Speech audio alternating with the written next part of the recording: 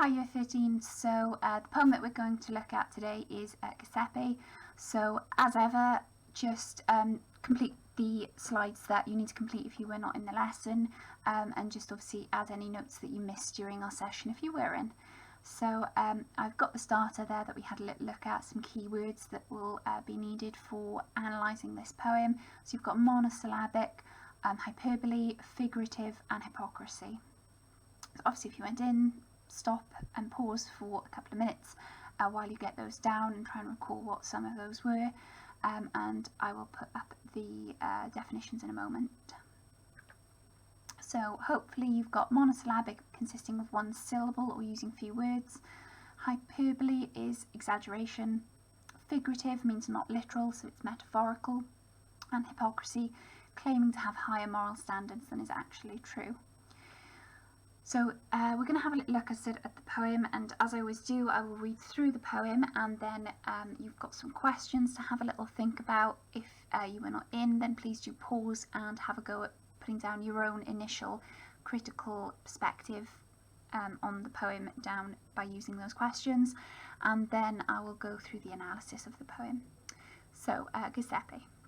My uncle Giuseppe told me that in Sicily in World War II, in the courtyard behind the aquarium, where the bougainvillea grows so well, the only captive mermaid in the world was butchered on the dry and dusty ground by a doctor, a fishmonger, and certain others.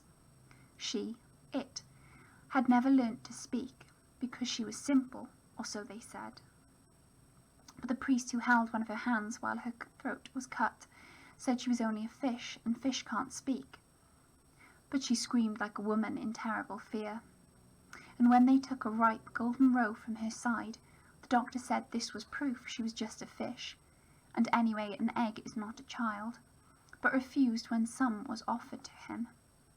Then they put her head and her hands in a box for burial, and someone tried to take her wedding ring, but the others stopped him, and the ring stayed put.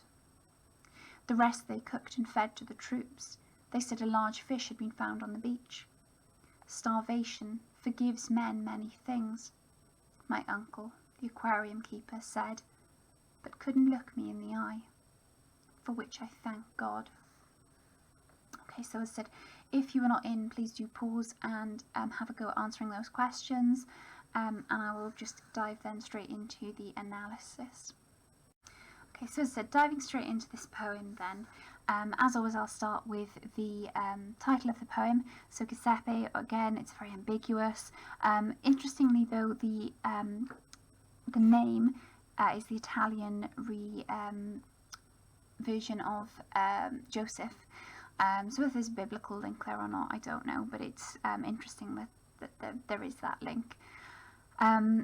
Now, straight in, we have the possessive pronoun, that close maybe relationship initiating the poem, and the Uncle Giuseppe kind of puts into context the title a little. So we're talking about a close relative, someone who has obviously discussed this story, this event with the poet.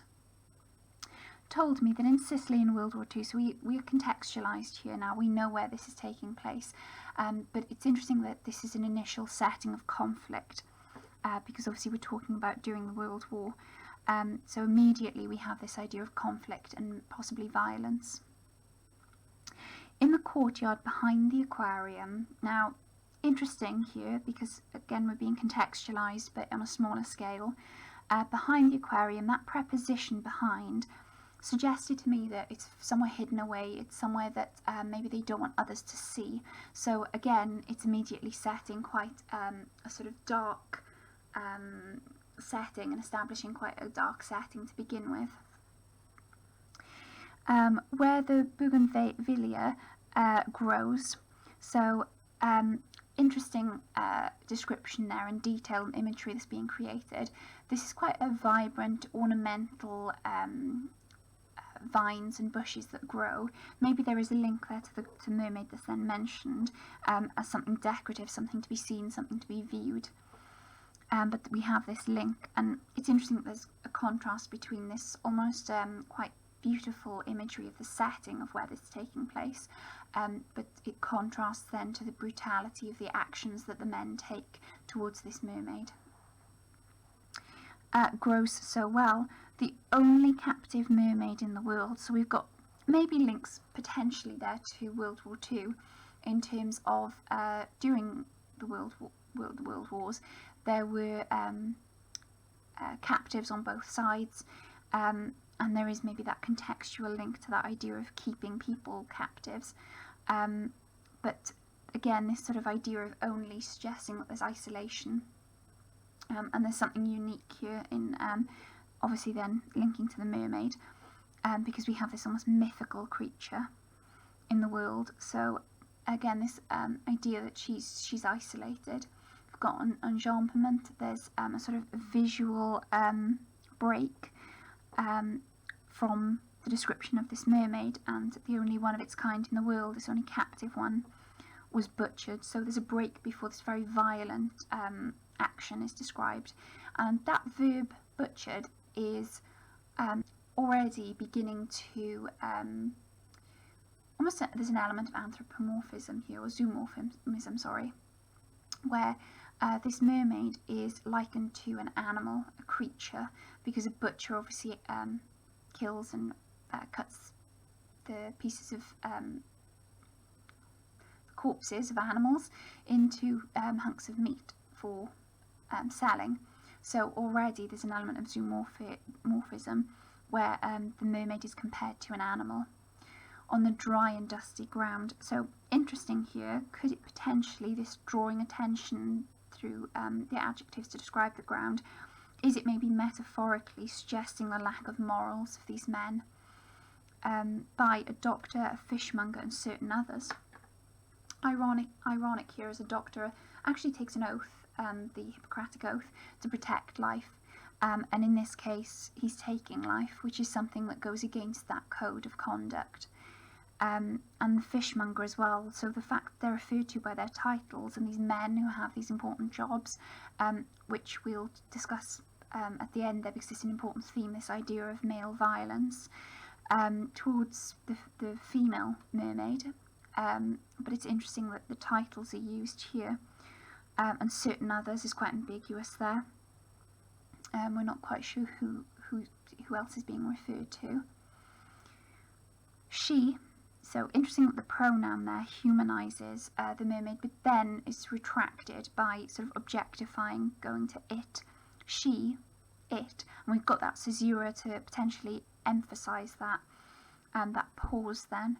Had never learned to speak, so that verb sort of suggesting that to speak is to somehow be humanised, and that is almost a value that they've held there in terms of justifying why they've killed her and butchered her like an animal.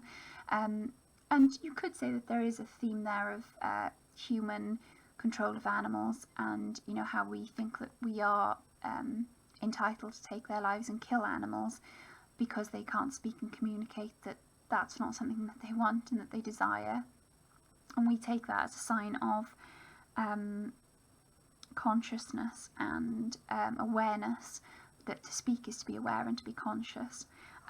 So they're using that as justification, but also interesting because that links to this myth of mermaids as well, that this mermaid cannot speak, and in mythology, in Greek mythology in particular, mermaids would lure sailors and ships towards islands, and these ships would smash against the rocks and kill the men. So it's interesting that that mythology has been flipped almost in this narrative of the poem, because it's not her that's luring the men to their death, but it's the men that are violently butchering her and killing her. So quite where am I, sorry, learn to speak because she was simple, and that adjective is quite, again, zoomorphic and quite derogatory, sort of looks down upon the men, but the priest, again we've got this irony, a priest is meant to be someone who is morally just, someone who should abhor violence, and particularly thou shalt not kill is one of the commandments, so should not be engaging in this. However, it's described that he does hold her hands, and this alliteration pulling focus onto that particular action. But these verbs kind of, the actions show compassion, but juxtaposed with the fact that he allows this to happen, which is, again, like I said, ironic, because he's a priest and he should be protecting life and the sanctity of life. And this enjambment here, again, this sort of visual break, where we go on to this line that's almost isolated here, while her throat was cut. It's very violent imagery, and very sort of direct, while her throat was cut. She said she was only a fish. She was only a fish, and fish can't speak. So we've got this repetition of fish here, maybe again showing that they already know that they're doing something that they should not be, but by repeating that, it's them trying to justify it, and even though they know they're doing the wrong thing, them sort of justifying what they're doing. Again, we've got that alliteration drawing attention to the female, which again has slipped into this idea of the personal pronoun being used. So again, revealing their guilt, that they know that they're doing something that they shouldn't be. And again, the idea of the fish can't speak, so it links again there to that mythology of the voice of the mermaid. But, and we've got this conjunction here, almost like changing the tone of this, contradicting this idea of her being this animal, this animal that's not sentient and not understanding, and but actually it contradicts here. She screamed like a woman in terrible fear. So again, we've got the personal pronouns. The verb screamed shows, sort of expresses pain or agony, and that's sort of emphasised then by adjective terrible to describe her fear, which again sort of emphasising that she's terrified and that they shouldn't be doing this. The terror there as well humanises her, and that's similarly drawing attention to that fact, like a woman, so very much kind of humanising her. On to the next stanza then again, which we have got that break and we've got that full stop, but actually there is still a connection with this following stanza, because we've got that conjunction and when they took a ripe golden roe, so suggesting caviar there.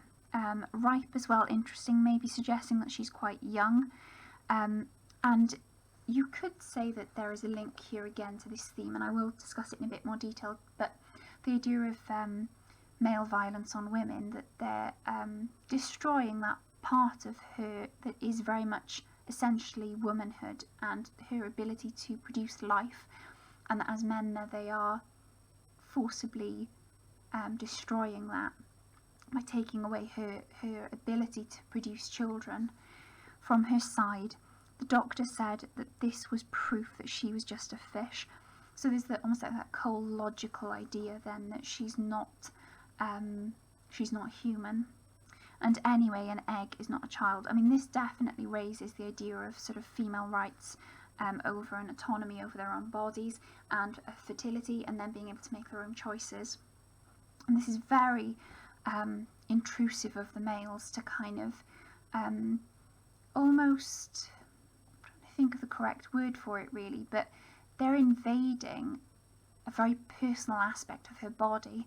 And you could again talk about this idea of male violence then towards women, and there could be an element there of this idea linking to potentially rape, and this idea of the atrocities towards women that are conducted by men, and interestingly enough by a gang of them as well. It just kind of heightens that revulsion that we feel as readers towards this violent act that they are conducting and engaged with. So again, we've got here still discussing the doctor and thinking about the doctor and how he logically kind of refutes the idea of her being human because she has caviar or roe rather than human women's anatomy.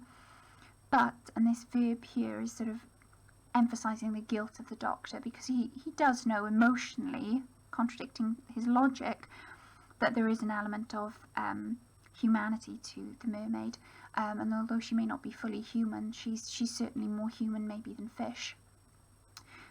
When some was offered to him, so he's conflicted that although he's sort of suggesting that she's not human, clearly he knows that he's doing something wrong here.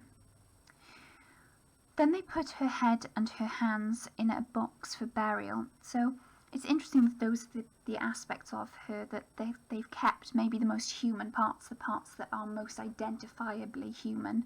Her head, looking like that of a woman's, and her hands as well, which, we have our fingerprints on our hands. So the bits that they've actually seen as human, they've actually given her a burial. So in a box for burial, they still provide a funeral there.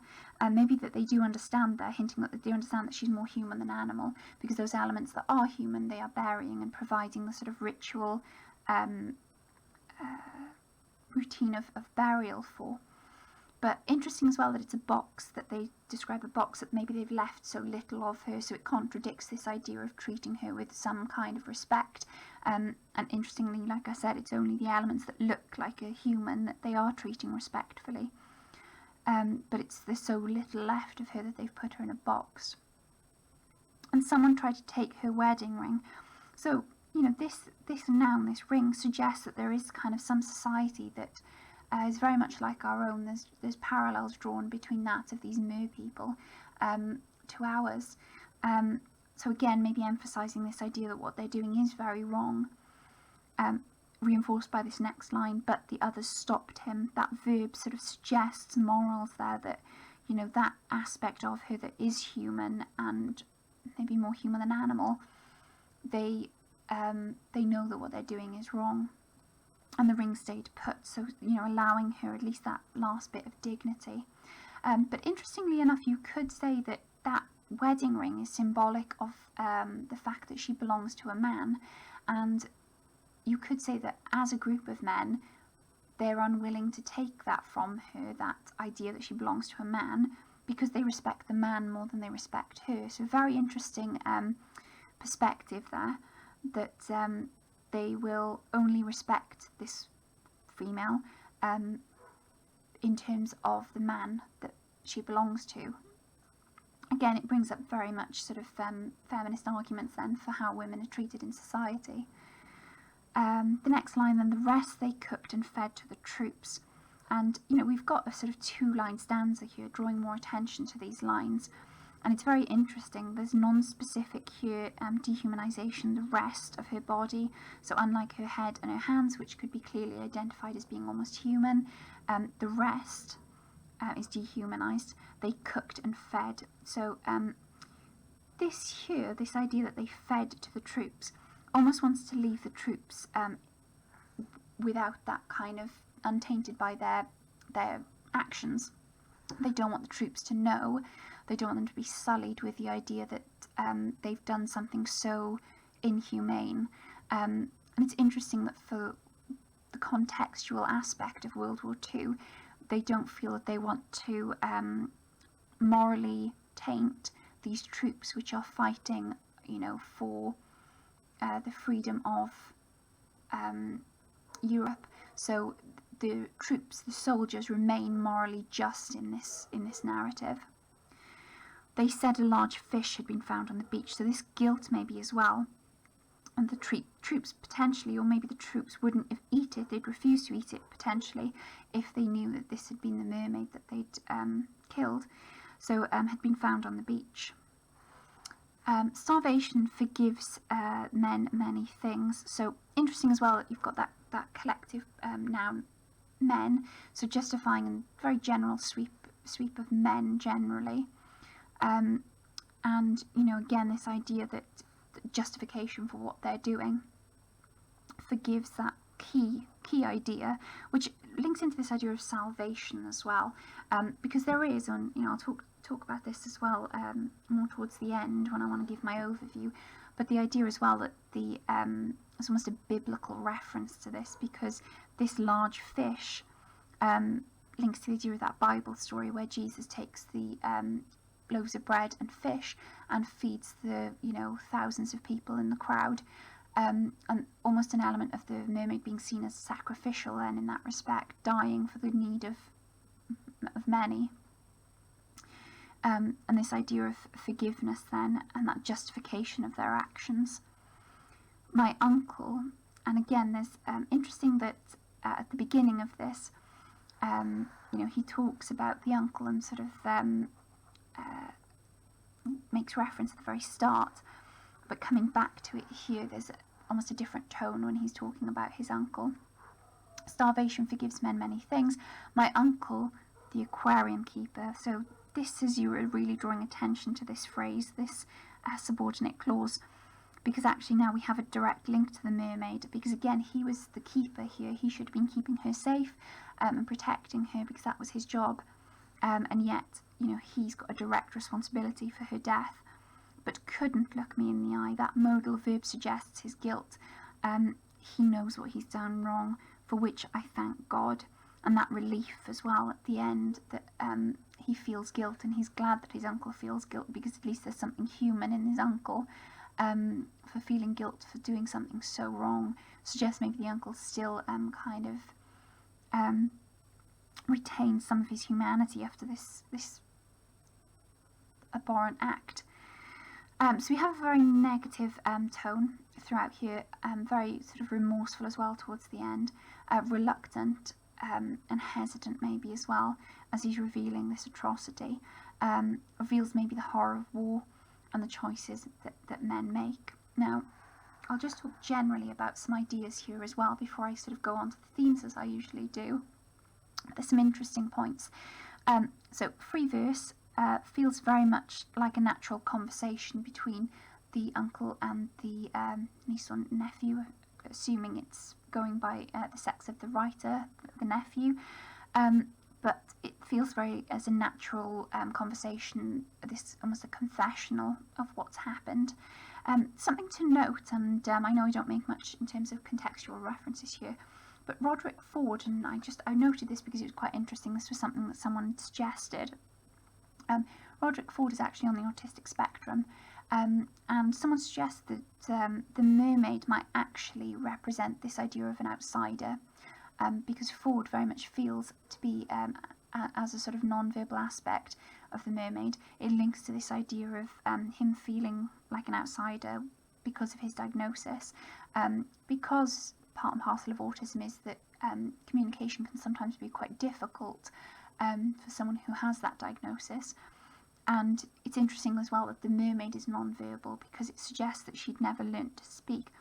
And as I said, autism can, one of the things that aspects of autism is that people find it very difficult to communicate verbally with others, find it very difficult to maintain eye contact, to pick up on cues and verbal cues, and that again maybe might add to this idea of this outsider, the mermaid being an outsider, and Roderick Ford finding common ground with that.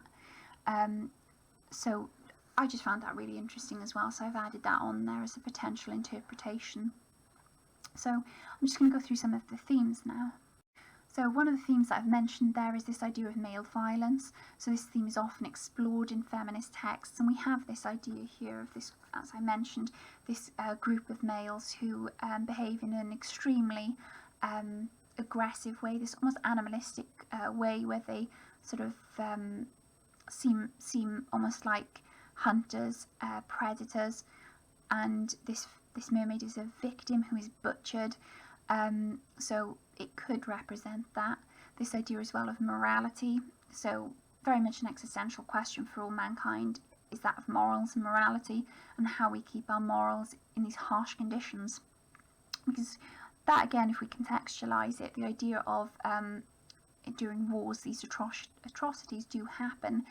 People do horrific things, and when we look back then we wonder why and how. And this idea of being in harsh conditions. For example, there have been incidents where people have been in plane crashes, for example, and had to resort to cannibalism to stay alive. And again, it's this idea of how do we keep our morals in these harsh, very harsh conditions, and when does it warrant sort of breaking those morals.